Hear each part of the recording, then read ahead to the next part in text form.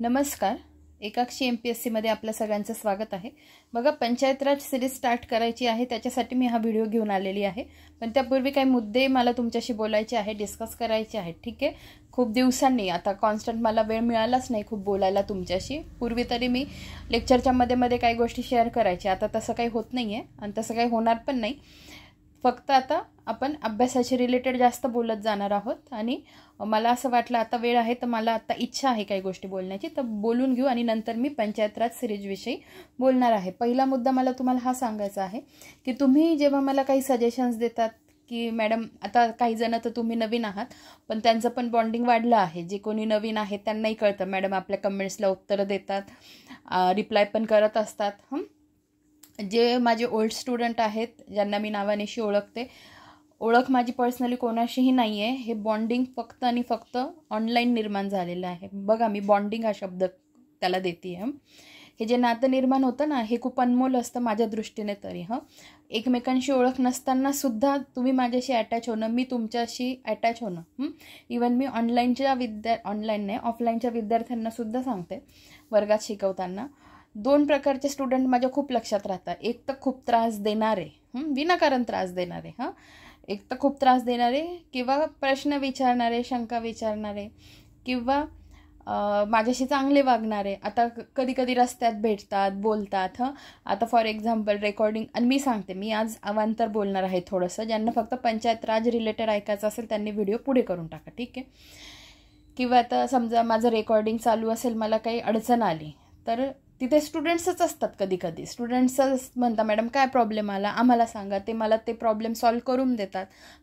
आणि ते पण कुठलीही घाई गडबड करत नाही, एकदम शांत चित्ताने ते पण असतात. तर मग अशा पद्धतीने ते स्टुडंट्स माझ्या लक्षात राहायला लागतात. म्हणजे कळलं का, व्यक्ती लक्षात राहत कसा जातो.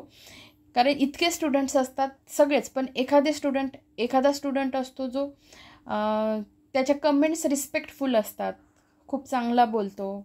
म्हणजे सगळेच स्टुडंट काही म्हणजे काहींना खूप बोलता येत नसेल पण त्यांच्या रेग्युलर कमेंट्स असतील की ते लक्षात राहायला लागतात. ठीक आहे. तर मग मला आवडतं ह्या सगळ्या गोष्टी. तर मला सांगायचं काय होतं की तुम्ही जेव्हा मला काही सजेशन्स देतात, नक्कीच मी त्यावर विचार करत असते. फॉर एक्झाम्पल आजच एका सरांनी जी काही 600 सराव प्रश्नांची सिरीज कंप्लीट झालेली आहे की त्यांनी सांगितलं की थँक्यू, तुम्ही ही सिरीज कंप्लीट केली. आवडतं मला ह्या गोष्टी. म्हणजे ॲटलिस्ट तुम्ही त्या गोष्टीची कदर तरी करतात की कोणीतरी आपल्याला काहीतरी देतं आहे. ठीक आहे. नाही तर काही लोकांची मेंटॅलिटी काय असते की हे फुकटच देत आहे ना, मग यांचंच काहीतरी स्वार्थ असेल किंवा काय. हे बघा, मी तुम्हाला एक सांगते. एक गोष्ट लक्षात ठेवा, सगळ्यात जास्त महत्त्वाचं काय असतं माहिती आहे, आपलं आयुष्य भरकटू न देणं. आपलं आयुष्य डिप्रेशनच्या काळात किंवा अजून कोणत्या काळात भरकटू न देणं हे सगळ्यात मोठं असतं, ही गोष्ट असते. ठीक आहे. याच्यातून मला तुम्हाला सांगायचं काय आहे ते समजून घ्या. एक तर तुम्हाला मी खूप माहिती नाही आहे. आता जे पूर्वीपासून ऐकतात किंवा जे माझ्या सानिध्यात आधीपासून राहतात किंवा जे शिक्षक लोक ज्यांच्या अंडर मी शिकलेली आहे त्यांना माझं नेचर माहीत झालेलं आहे. पण एक टेंडन्सी असते ना, सगळे एकाच तराजूत सगळ्यांना तोलायचं. तर तसं नसतं बाळांना. तर म्हणजे ह्या पलीकडे जाऊन जेव्हा कोणीतरी, आता एक कमेंट मला काय आली होती की सगळेजण रविवारच्या सुट्टीचा मजा घेतात आणि तुम्ही मात्र व्हिडिओ बनवतात. आता ती रविवारची सुट्टी माझ्यासाठी कधी कधी मोकळी असते, पण माझ्या डोक्यात विसरून गेलेली असते की आज रविवार आहे. ठीक आहे. पण अशी कमेंट कोणीतरी जेव्हा करतं ना, तेव्हा नक्कीच मला असं वाटतं की अरे कोणीतरी आपल्या कामाची कदर करतं. किंवा आजही या सरांनी मला कमेंट केली की थँक्यू, तुम्ही ही सिरीज कंप्लीट केली, तर मला खरंच चांगलं वाटलं. किंवा काही जण विचारतात नेक्स्ट व्हिडिओ कधी येईल.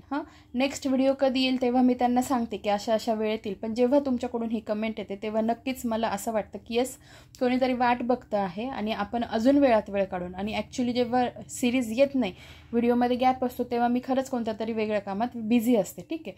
पण तुम्ही असं सारखं पुश केलं की मला त्या गोष्टी सारख्या वारंवार लक्षात राहतातच. पण मग तुम्ही सांगितल्यावर अजून मी भानावर येते की नाही, अरे अजून आपल्याला या गोष्टी करायच्या आहेत. तर मग अशा पद्धतीने हे नातं वृद्धिंगत होत जातं. त्याच्यासाठी गरजेचं नसतं की आपण नेहमी भेटलंच पाहिजे. आणि हे मी आपल्याच नात्याविषयी नाही, हे मी इन जनरल कोणत्याही. बघा, काही आपले फ्रेंड्स इतके चांगले असतात, म्हणजे काही कालावधीसाठी आपण एकत्र राहिलेलो असतो, पण त्यांच्या संगतीत राहून आपल्याला इतकं काही शिकायला मिळतं, ते एक जे नवीन बॉन्डिंग तयार झालेलं असतं त्याच्यासाठी. म्हणजे मी तुम्हाला सांगते माझ्या दृष्टीने फक्त सोबत राहणं, मग आपण फिरायला गेलो मग चहा पिणं, फिरत राहणं म्हणजे बॉन्डिंग वाढतं असं नाही. एक बॉन्डिंग हे पण असतं की जे नातं दूर राहून पण वृद्धिंगत होत असतं. ठीक आहे, कळतंय तुम्हाला? म्हणजे माझे कोणतीही मैत्रीण अशी नाही आहे, माझं फ्रेंड सर्कल असं नाही आहे की ज्यांच्यासोबत मी तासनतास वेळ घालवला आहे, की मग मी फिरायला गेलेली आहे मग चल आपण जाऊया, इकडे जाऊया, तिकडे जाऊया, असं अजिबातही माझं कोणतंही फ्रेंड सर्कल नाही आहे की मी ज्यांच्यासोबत तासनतास वेळ घालवला आहे. पण येस, असं फ्रेंड सर्कल आहे की मी एक हाक मारली की ते 100% माझ्या मदतीला धावून येतात. ठीक आहे, म्हणजे मला सांगायचं काय आहे, म्हणजे सोबत राहणं आणि सोबत वेळ घालवणं म्हणजेच खूप चांगलं बॉन्डिंग असतं असं नसतं. आपण थोड्याशा नात्यातसुद्धा आपलं नातं वृद्धिंगत होत असतं. ठीक आहे, हा एक मुद्दा. तर जसं एका सरांनी मला सांगितलं की मॅडम तुम्ही ही सिरीज कंप्लीट केली, थँक्यू. आणि नंतर त्यांचीच कमेंट आली की जमलं तर तुम्ही आता कंबाईनची एक्झाम येते आहे, तुम्ही विदर्भ IASचं 1 लायनरचं जर तुम्हाला GK घ्यायला जमलं तर घ्या. जमलं तर ऑर्डर कुठेही केलेली नाही आहे. मला हे पण तुम्हाला सांगायचं आहे की ह्या गोष्टी बोलायला शिका. तुम्ही कोणाला तरी ऑर्डर करत नाही आहात. त्या सरांनी खूप चांगली रिस्पेक्टफुल कमेंट केलेली आहे आणि अशांना मी नक्कीच आन्सर करते. जे जसं बोलतं ना त्याच्याशी मी तशी बोलते. तर मी पुस्तक अजून ते पाहिलेलं नाही आहे. त्या सरांच्याही कमेंटला आन्सर देते की सर अजून तरी मी ते पुस्तक पाहिलेलं नाही आहे. आणि मी त्यांना काय म्हटलं की ठीक आहे, एक तर ते करू, नाही तर दुसरं काहीतरी मला करायचंच आहे कंबाईनच्या स्टुडंटसाठी. ठीक आहे, तर आहे माझ्या डोक्यात काही प्लॅनिंग आहेत. तुम्हाला काही दिवसात 10-1 दिवसात तुम्हाला कळेल काय, जर मी काय आणत असेल एखादी सिरीज तर त्या येतीलच. आणि राहिली गोष्ट मला एक सांगायची आहे की बघा सर, जर आपल्याला कंबाईनच्या दृष्टीनेच घ्यायचं आहे, अभ्यास तर सगळा सारखाच आहे बरोबर. आता समजा मला तुम्हाला हे पुस्तक हे दिसतंय तुम्हाला, हे जे पुस्तक आहे GK 1 लायनर, नंतर हे कोणाचं, आदरणीय विठ्ठल बडे सरांचं हे जे पुस्तक आहे GK 1 लायनर. आता हे बघा उपयुक्त कशासाठी, MPSC पोलीस भरती सरळ सेवा. आता हे पुस्तक इंट्रोडक्टरी मी तुम्हाला ऑलरेडी सांगितलं आहे. आता हे पुस्तक मला एक कंप्लीट करायचं आहे. जेव्हा आपण हेही पुस्तक कंप्लीट करू ना, हे 100% कशासाठी कामं येणार आहे, कंबाईनसाठी सुद्धा कामं येणार आहे. कारण एखादी गोष्ट तुम्ही सरळ सेवेचे माझे लेक्चर बघा, सरळ सेवेला नेहमी माझा टच जो आहे ना तो MPSCचा टच आहे. म्हणजे मी इन डेप्थ जाते आणि मग एखाद्या प्रश्नाचं विस्तृत विश्लेषण करून सांगते. म्हणजे वरवर शिकवायचं म्हणून मी हे ऑफलाईनलाही करत नाही आणि ऑनलाईनलाही करत नाही. ठीक आहे, म्हणजे आपण ती एक सिरीज पण कंप्लीट केली तरी आपलं ते GK 1 लायनरकडेच पूर्णत्वाकडे जाण्याचाच तो भाग आहे. ठीक आहे, इंट्रोडक्टरी लेक्चर कोणाला माहिती नसेल तर ते पुस्तक खरंच छान आहे, ते एक मला कंप्लीट करायचं आहे. ॲक्च्युली ती 600 सराव प्रश्नांची सिरीज आज कंप्लीट झाली. मला एकदमच मोकळं वाटायला लागलं. म्हटलं एक डोक्यावरचं ओझं गेलं. मलाही टेन्शन होतं आणि ते व्यवस्थित कंप्लीट करायचं असतं. तुम्ही बघता मी करायचं म्हणून कंप्लीट करत नाही. ठीक आहे, ती एक गोष्ट झाली. त्यानंतर अजून एक कमेंट होती की करंट अफेअर्सशी रिलेटेड, मॅडम XYZ, मी त्या नाव नाही घेत, की XYZ त्यांची प्लीज सिरीज स्टार्ट करा. मी त्यांना सरांना खरंच सांगितलं की सर ह्या घडीला तरी ते पॉसिबल नाही आहे. मी विनाकारण कोणाला आश्वासन देत नाही की हो आपण करूया. कारण आणि हो ज्यांना माझ्याकडून होणार आहे, कारण एखादी कमेंट जेव्हा तुम्ही करता ना त्या गोष्टीला मी आधी मग मी बघते माझ्याकडे पुस्तकं आहे का, किंवा मग माझ्याकडून होणार आहे का, माझ्या आवेकातली आहे का, तेव्हा मी तुम्हाला त्या गोष्टी सांगत असते. तर मग त्या सरांना पण मी सांगितलं की सर सध्या पॉसिबल नाही आहे, ह्या घडीला तर खरंच पॉसिबल नाही आहे. म्हणजे मी जे देवा जाधवर सरांचं पुस्तक घेतलं आहे त्याची तरी कुठे मी आणती आहे, 600 सराव प्रश्नांची मी घेतलेली आहे. ठीक आहे, तर आणि दुसरा एक पॉईंट असतो की कधी आहे ना आपल्याला परमिशन ऑलरेडी, म्हणजे तुम्हाला हे तर माहिती आहे ना मी परमिशन घेऊन सगळं करते. कधी सर खरंच काहींनी परमिशन दिलेली नसते, त्यामुळे त्यांचे ते मी पुस्तकांचा विचार करू पण नाही शकत. ठीक आहे, तर मग तुम्ही काही गोष्टी मी न सांगता समजून घेत जा. ठीक आहे, तर परमिशन पण दिलेली नसते, त्यामुळे काही प्रकाशनं मी अजिबातही दाखवू शकत नाही. हा झाला एक मुद्दा. त्यानंतर अजून एक मला सांगायचं होतं की जे मी ह्या गोष्टीकडे आली की जेव्हा तुम्ही मला काही गोष्टींसाठी खरंच थँक्यू म्हणता, तर ही कृतज्ञतेची भावना ना आयुष्यभर राहू द्या. म्हणजे मी तुम्हाला सांगते, पैसे देऊन सुद्धा आपण कधी कधी पैसे देऊन पण आपल्याला सर्व्हिस चांगली मिळत नाही. पण जिथे कोणीतरी मनापासून शिकवतं आहे, विनामूल्य एखादी सर्व्हिस मिळते आहे, कोणीतरी स्वतःहून येऊन मदत करून जातं आहे, तर असं कधी झिडकारल्याची भावना किंवा हां यालाच काहीतरी गरज असेल, हिलाच काहीतरी गरज असेल अशी भावना कधीच मनात आणू देऊ नका. खूप वेळा मी तुम्हाला सांगते की म्हणजे कदाचित माझी थिंकिंग करण्याची प्रोसेस वेगळी असेल आयुष्यात, हां, की कधी कधी बघा एखाद्या रिक्षात मी बसले आणि काही काही रिक्षावाले म्हणजे विचित्र वागतात, उद्धटसारखे वागतात किंवा काहीतरी वागत नाही नीट. पण शेवटी कधी कधी काय असतं, मी त्यांच्यातले दुसरा पैलू बघते की व्यवस्थित घरापर्यंत सुखरूप आणून सोडलं आहे, बरोबर. आणि जेव्हा मी तेवढंही त्यांच्या काही गोष्टी बाजूला सोडून जेव्हा मी म्हणते थँक्यू दादा, हां, ते म्हणजे मला काय माहिती सवय झालेली आहे थँक्यू म्हणायची एखाद्या गोष्टीसाठी. मग ते कोणीही असो, मग म्हणजे बसने चाललेली असेल आणि कंडक्टर असेल तर त्यांनाही मी थँक्यू म्हणून जाते. काय माहिती आणि काय मला हे माहिती नाही की लोक बोलतात माझ्याशी, स्वतःहून बोलतात आणि चांगले बोलतात, ठीक आहे. तर मग हे थँक्यू म्हणायची प्रवृत्ती माझ्याकडून खूप होते. म्हणजे त्यात लेडी कंडक्टर असतात बघा, त्यात लेडीज कोणी असेल तर माझा दृष्टिकोन अजून बदलतो. कारण मग मी त्यांच्यात म्हणजे नाही का इम्पती आणि सिंपती म्हणजे काय, आपण त्या ठिकाणीच आहोत, मीच आहे जशी ती, अशा पद्धतीने जेव्हा आपण विचार करतो ना, ती भावना असते, ती इम्पथी म्हणतात त्याला. हां, आता इम्पथी आणि सिंपतीचा इथे भाग नाही, पण जेव्हा एखादी लेडी कंडक्टर मी बघते तर मग मी असा विचार करते, अरे हा जॉब पण त्यांच्यासाठी किती अवघड आहे, बरोबर. मग त्यांच्याकडे बघण्याचा दृष्टिकोन पण एक बदललेला असतो, त्यांच्याकडे बघताना पण एक रिस्पेक्ट माझ्या मनात असतो. म्हणजे पुरुष जर तिथे काम करत असेल तर अर्थात ते चांगले वागत असतील तर अर्थात त्यांनी मदत केली तर मी नक्कीच त्यांना थँक्यू दादा म्हणूनच जाते. पण जेव्हा एखादी लेडीज असते आणि लेडीज पण जेव्हा एका दुसऱ्या लेडीजला कोऑपरेट करते तेव्हा तर नक्कीच माझ्या मनात त्यांच्याप्रती खूप जास्त कृतज्ञतेची भावना असते. हे मी का सांगते, कारण आपल्या कम्युनिटीवर मी असे काही लोक बघितलेले आहेत जे फक्त ठीक आहे तुम्ही घेताय ना, मग तुमचं घेणं काम आहे, आमच्या पद्धतीने वागणं तुमचं काम आहे, ठीक आहे. तर मग आणि गंमत अशी आहे ना की माझ्या मनात त्यांच्याविषयी खूप चांगल्या भावना असतात, पण कधी कधी त्यांच्या गोष्टी मला नाही पटत. मग मी पुन्हा तेच सांगते, ह्या गोष्टीवर पहिले बोलणं झालेलं आहे की माझी तुमच्यापासून डिटॅचमेंट करू नका तुमच्याच वागण्यातून, ठीक आहे. असेही काही गोष्टी झालेल्या आहेत की काही मुलं इतके विचित्र, एखादे दोन असं, सगळे नाही, की एकच बाकी कोणी उद्धटसारखं कधी वागलं नाही. आपल्या एकाक्षी फॅमिलीतले जेवढे आहेत तेवढे स्टुडंट खूप छान आहेत, हां. पण एखादे जे असतील विनाकारण, त्यांचं मग काय माहिती स्वभाव असतो की विनाकारण याला त्याला त्रास द्यायचा, हां. असं तर कोणी मला भेटलेलं नाही आहे आपल्या कम्युनिटीमध्ये, आणि एखादं भेटलं असेल तर मी त्यांना टॅकल केलेलं आहे. पण मला सांगायचं काय आहे की घुमून फिरून आहे ना सगळ्या गोष्टी आपल्याकडेच येत असतात.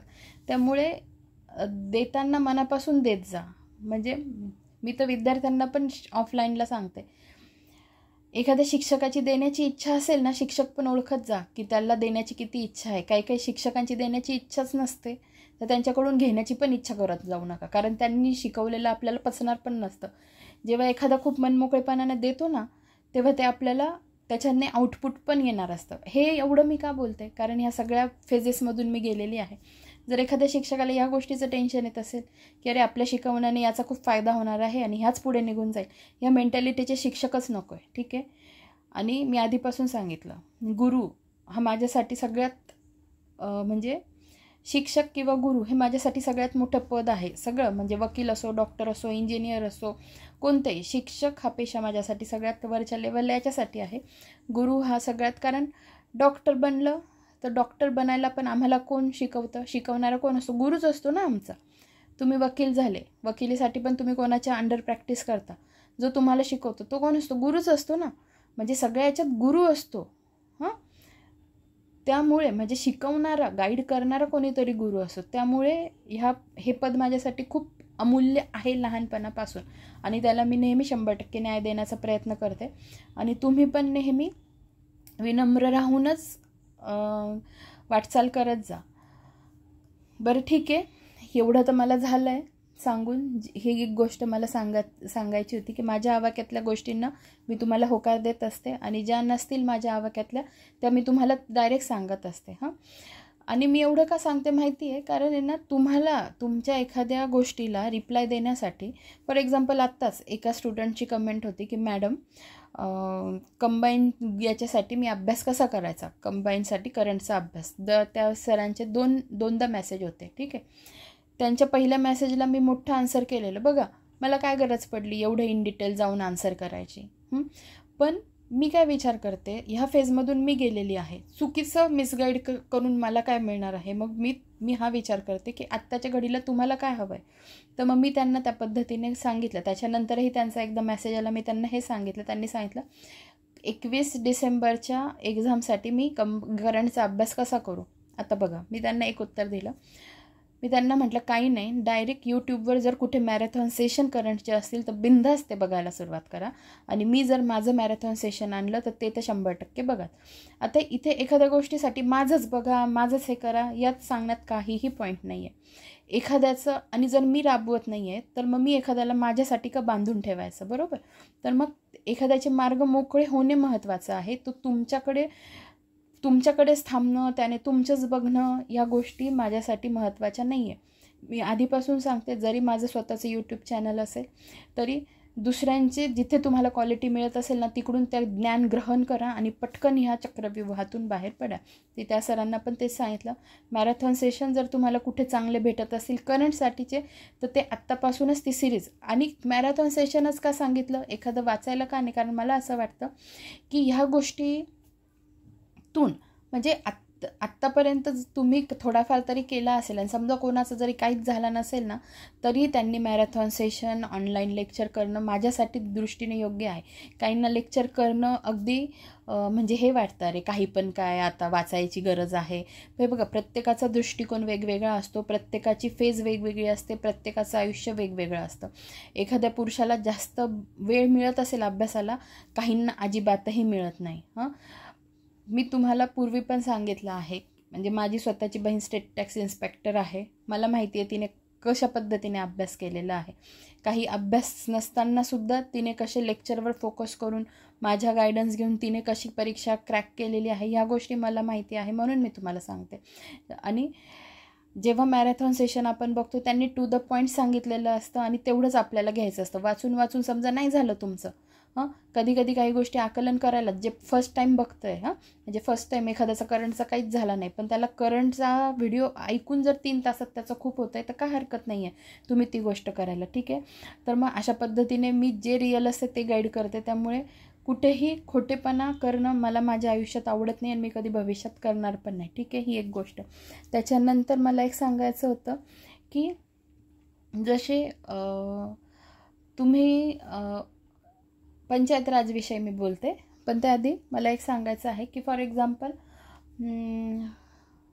बरं ठीक आहे, डायरेक्ट मुद्द्याला येते मी आता. मला काय सांगायचं होतं की पंचायत राज सिरीज तर मग मीच ठरवलं होतं, खूप दिवसापासून माझ्या डोक्यात होती की अरे पंचायत राज अशा पद्धतीने करून टाकायचं की कोणाला कुठे काही बघण्याची गरज पडायलाच नाही पाहिजे आणि ती सिरीजच एक लॉन्च करायची. ठीक आहे, हा विचार माझ्या डोक्यात चालू असताना मला तेव्हा एका सरांची कमेंट आली, म्हणजे ती फ्रिक्वेन्सी कुठेतरी मॅच झाली. त्यांनी सांगितलं की मॅडम प्लीज कंबाईनसाठी पंचायत राजसाठी सिरीज तुम्ही लॉन्च करा बरं का. आता हे त्यांनी सांगायच्या आधीच माझ्या डोक्यात ह्या गोष्टी चालू होत्या. मला त्या गोष्टीचं आश्चर्य वाटलं, अरे माझ्या मनात काहीतरी आहे चालू आणि त्याच टाईपची कमेंट कुठून तरी येते. ठीक आहे, तर मग हे जेव्हा मला कळालं तेव्हा मला त्या सरांना मी सांगितलं येस सर, आणि त्यांची कमेंट येण्याच्या आधीच मी एका सरांशी, म्हणजे जे 2 पुस्तकं मी तुम्हाला आता दाखवते, ज्या 2 पुस्तकातून मी शिकवणार होते, मेन मी हे पुस्तक घेणार होते बघा, पंचायत राजचं हे जे पुस्तक आहे, थांबा आता मी तुम्हाला नीट दाखवते. हे बघा, हे जे पंचायत राजचं पुस्तक आहे हे पूर्वीपासून माझ्या आवडीचं पुस्तक आहे. आदरणीय संजय खंडारे सरांचं हे पुस्तक आहे. तर मग ह्या पुस्तकातून मी तुम्हाला शिकवणार होते, पण परमिशनसाठी जेव्हा मी सरांना कॉल केला होता तेव्हा सर मला म्हटले होते, आता ही कधीची गोष्ट आहे, 1.5-2 महिन्यापूर्वीची गोष्ट असेल, तेव्हा सर मला म्हटले होते मॅडम नवीनच पुस्तक येतं आहे, तुम्ही थोडा दिवस थांबून जा. म्हटलं ठीक आहे सर. त्याच्यानंतर आता 1-1.5 महिना लोटला आहे आणि सरांचा मेसेजही आला होता की मॅडम पुस्तक यायला थोडा वेळ लागतो आहे. म्हटलं काही प्रॉब्लेम नाही सर, चालेल, पण तरी अजून पुस्तक आलेलं नाही आहे. तर मग त्याच्यानंतर अजून एक पुस्तक आहे, हे बघा, हे दिसतंय, हे एक आदरणीय किशोर लवटे सरांचं हे एक पुस्तक आहे. हां, हे पण मी बघून आलेली. पण हे जे पुस्तक आहे हे अपडेटेड नाही आहे, जे मग मी त्या सरांची काही परमिशन घेतलीच नाही. मला अपडेटेड पुस्तक हवं होतं. ठीक आहे, तर मग मी आता असं ठरवलं आहे पंचायत राजचं की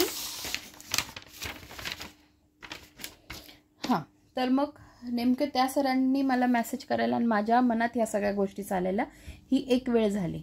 आणि मग मी त्या सरांना म्हटलं की येस सर, मला थोडा वेळ भेटू द्या, वेळ भेटला की नक्कीच आपण ती सिरीज स्टार्ट करू. तर हे आमचं कमेंट सेक्शनच्याच माध्यमातून थोडी चर्चा झालेली. तर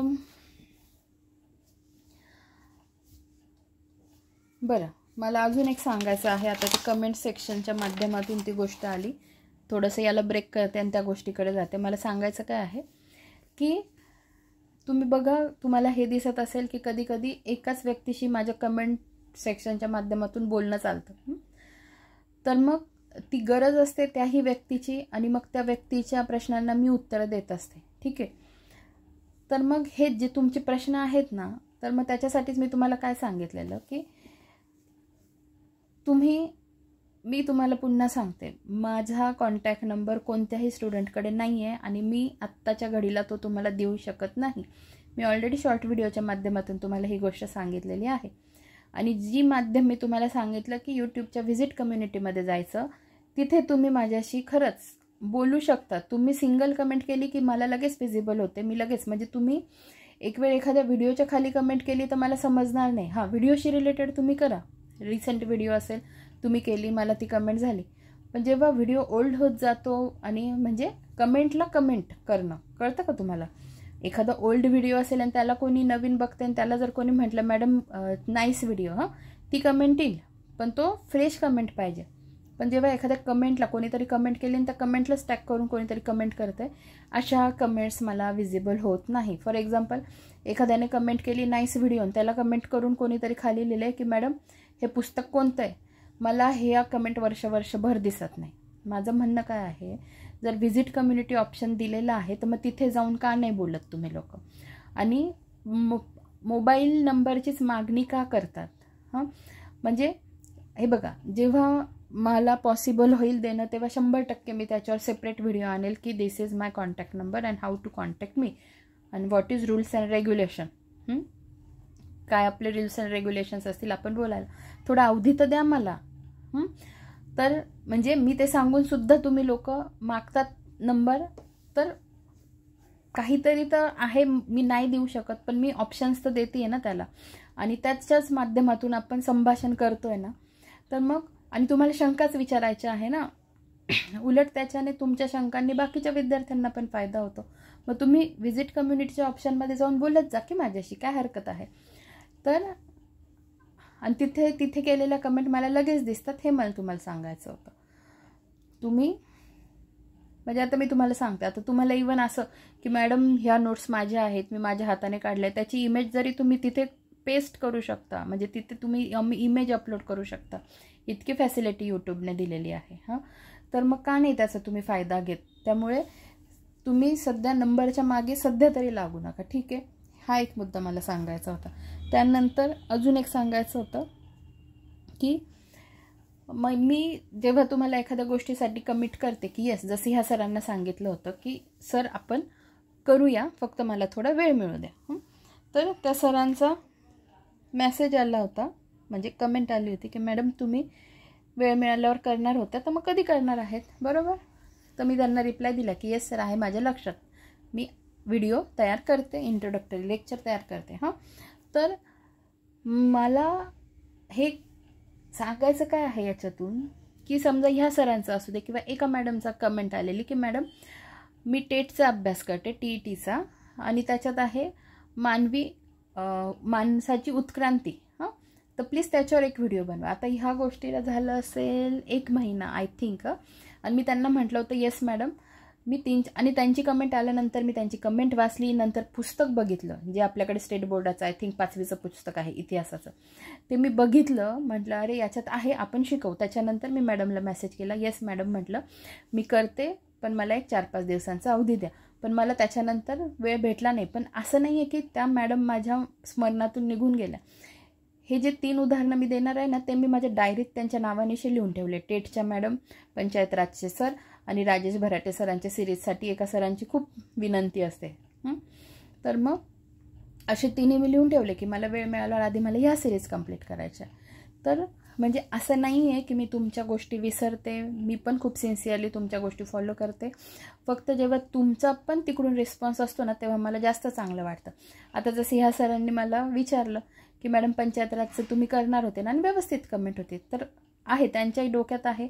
मी पण मग माझ्या डोक्यात होतं, पण त्यांनी विचारल्यावर मी लगेच ॲक्शन घेतली. तसंच त्या मॅडमचं पण माझ्या डोक्यात आहे. राजेश भराटे सिरीज, ज्या सरांना राजेश भराटे सरांची सिरीज जे सर खूप सिन्सिअरली ऐकतात, त्यांच्यासाठी पण मला ती सिरीज कंप्लीट करायची आहे. तर मला सांगायचं तात्पर्य काय की तुमच्यासाठी राबवते, मग ॲटलिस्ट त्या विद्यार्थ्यांनी तेवढ्यापुरतं कॉन्टॅक्टमध्ये तरी राहा, म्हणजे मला हे कळतं की अरे ती व्यक्ती बघती आहे. नाहीतर मग ज्याच्यासाठी मी जीव तोडून करते आणि माझ्या आवाक्यात आहे म्हणून मी तुम्हाला शब्द देते. आवाक्यातच नसेल तर मी शब्द कसं काय देईल? मी जे खरं आहे तेच सांगते. पण मग समजा एखाद्याने, आता समजा ह्या सरांनी पंचायत राजचं त्यांनी मला पुन्हा विचारलं, तर म्हणजे ते बघणार आहेत ना ही सिरीज. पण समजा मी एखाद्यासाठी करती आहे आणि ती व्यक्तीच बघत नाही आहे, तर मग गरज काय मला? पण बाकीचा रिस्पॉन्स आहे, एखादं बाकीची कम्युनिटी ॲड झाली आणि त्यांना फायदा होतोय, तर 100% मग मी ती चालू ठेवणार. पण मला सांगायचं एवढं आहे, जेव्हा एक व्यक्ती तिच्या आयुष्यातला थोडासा वेळ तुमच्यासाठी देते ना, आणि वेळ ही खूप मोठी गोष्ट असते, जे कोणीतरी आपल्याला देत आहे तिच्या आयुष्यातलं, तर तेवढी फक्त कदर करत जा आणि कॉन्टॅक्टमध्ये राहत जा किंवा सांगत जा. फक्त स्वतःचा स्वार्थ साधला आणि बाजूला गेले असं नाही. तर थोडंसं माणुसकीला धरून जगत जा, एवढंच मला सांगायचं आहे तुम्हाला. ठीक आहे. तर मी जसं आज 3 तुम्हाला उदाहरणं दिली, तर तेच राजेश भराटे सरांची सिरीज पण मी हळूहळू आता पूर्णत्वास नेती आहे. टेटच्या मॅडमचं पण ते ऐकताय की नाही मला माहीत नाही, पण येस त्यांच्यासाठी पण मला करायचं आहे. मला थोडासा अजून वेळ मिळू देत, त्यांचं पण मी स्टार्ट करते. आणि आता पंचायत राजवर येते. पंचायत राजचं मला असं आहे की मी आता काय करते, पंचायत राजचं आपण स्टार्ट करूया या पुस्तकातून. म्हणजे माझं डिस्कशन त्या सरांसोबत पण झालेलं आणि आता मी तुमच्या सगळ्यांसोबत पण करते आहे. तर आपल्याकडे आहेत 2 बुक्स. हे एक आहे आदरणीय संजय खंडारे सरांचं आणि एक आहे पंचायत राजचं. तर हे जे 2 पुस्तकं, पंचायत राजचं म्हणजे आदरणीय किशोर लवटे सरांचं, असे 2 पुस्तकं आहे. तर माझं म्हणणं काय होतं की आपण आहे ना, म्हणजे आता रिसेंटचं बुक तर माझ्याकडे नाही आहे कोणतंच, बरोबर. आणि मग करंटशी रिलेटेड इश्यू तर मी बघून घेईल. फॉर एक्झाम्पल माझ्याकडे योजना आहे आत्ता सध्याचं, योजना जे हिंदी इंग्लिश मासिक असतं ना, ते पंचायत राजशी रिलेटेड आहे माझ्याकडे. तर करंटचा टच मी त्याला देत जाईल आणि स्टॅटिक जी की तर आपल्याला कव्हर करायचीच आहे. तर आता बघा माझं प्लॅनिंग काय आहे की पंचायत राज स्टार्ट करायचं, पण कशा पद्धतीने पुढे जायचं आता ते समजून घ्या. काय सांगते मी फार महत्त्वाचं आहे. फॉर एक्झाम्पल मी तुम्हाला आदरणीय संजय खंडारे सरांचं पुस्तक दाखवलं, त्याच्यातलं जो इतिहास वगैरे जो काय पार्ट आहे स्टार्ट करून द्यायचा. त्यानंतर आता कंबाईनच्या आधी आपली काय आहे, राज्यसेवा. मग राज्यसेवेला जे काही PYQ आलेले आहेत, राज्यसेवेचे PYQ आपण आधी कंप्लीट करायचे व्यवस्थित. राज्यसेवेचे PYQ, त्याच्यात जी काही माहिती दिली आहे ती. नंतर हे जे 2 पुस्तकं आहे लवटे सरांचं आणि खंडारे सरांचं, याच्यातही प्रश्न दिलेले आहेत, त्याच्यातले प्रश्न कंप्लीट करायचे. त्याच्यातले स्टॅटिक जी काही कंप्लीट करायचं. आणि ही सिरीज खूप जास्त वेळ चालणार आहे, ही काही लगेच संपणार नाही आहे. पण मी सांगते काय, जर आपण एखादं टाईम बाउंड करून घेतलं स्वतःला, तर त्याच्याने जास्त फायदा होईल असं मला सांगायचं आहे. तर आपण काय करूया, रेग्युलर चार्ट फॉर्मॅटमध्ये तर स्टार्ट करून देऊ अभ्यास. चार्ट फॉर्मॅटमध्ये, डायग्रामॅटिक रिप्रेझेंटेशनमध्ये स्टॅटिक जी के जो आहे तो स्टार्ट करू. त्याच्यानंतर करंटचा टच मी त्याला देईल. करंटचं काही माहिती तुम्हाला असेल तुम्ही मला सांगा, मी पण माझ्या पद्धतीने सगळ्या गोष्टी शोधेल. त्यानंतर आत्ता राज्यसेवा आहे आपली 9 नोव्हेंबरला. तर राज्यसेवेसाठी काय करायचं आहे, तर राज्यसेवेसाठीचे PYQ मी तुमचे आणते पूर्व परीक्षेचे. त्याच्यानंतर कंबाईनचे आहे, मग आपण कंबाईनचे पूर्व परीक्षेचे PYQ घेऊ. ते झालं की कंबाईनचे मेन्सचे PYQ आपण घेऊ, किंवा मग त्याच्याशी रिलेटेड जर आत्ताच होत असतील तर आपण. याच्याने काय होईल, खूप जास्त माहिती आपली एकत्र कलेक्ट होत जाईल. ठीक आहे. हे PYQ पण घ्यायचे, प्लस स्टॅटिक पण घ्यायचं, प्लस करंटचं पण घ्यायचं, आणि प्लस जे हे पुस्तक मी तुम्हाला सांगितलं आहे आदरणीय विठ्ठल बडे सरांचं हे जे पुस्तक आहे बघा, GK वन लायनर, हां, तर याच्यात जो काही पाठ दिलेला आहे हां मी तुम्हाला दाखवते 1-2 मिनिट. तर हे बघा, हे जे पुस्तक आहे आदरणीय विठ्ठल बडे सरांचं, या पुस्तकातून जे काही पंचायत राजचा टॉपिक दिला आहे, म्हणजे पंचायत राजच नाही इतर सगळे टॉपिक सरांनी व्यवस्थित दिलेले आहेत. तर आपण पंचायत राज याच्यातून पण करून घ्यायचं. हां, मग याच्यातून बघा चार्ट फॉर्मॅटमध्ये दिलं आहे, वन लायनर स्वरूपात दिलेलं आहे. आपल्याला काही करून पंचायत राज कंप्लीट करायचं आहे ना, मग अशा पद्धतीने आपण घेऊ. बघा या पद्धतीने, हां, हे बघा असे चार्ट दिलेले आहेत छान छान.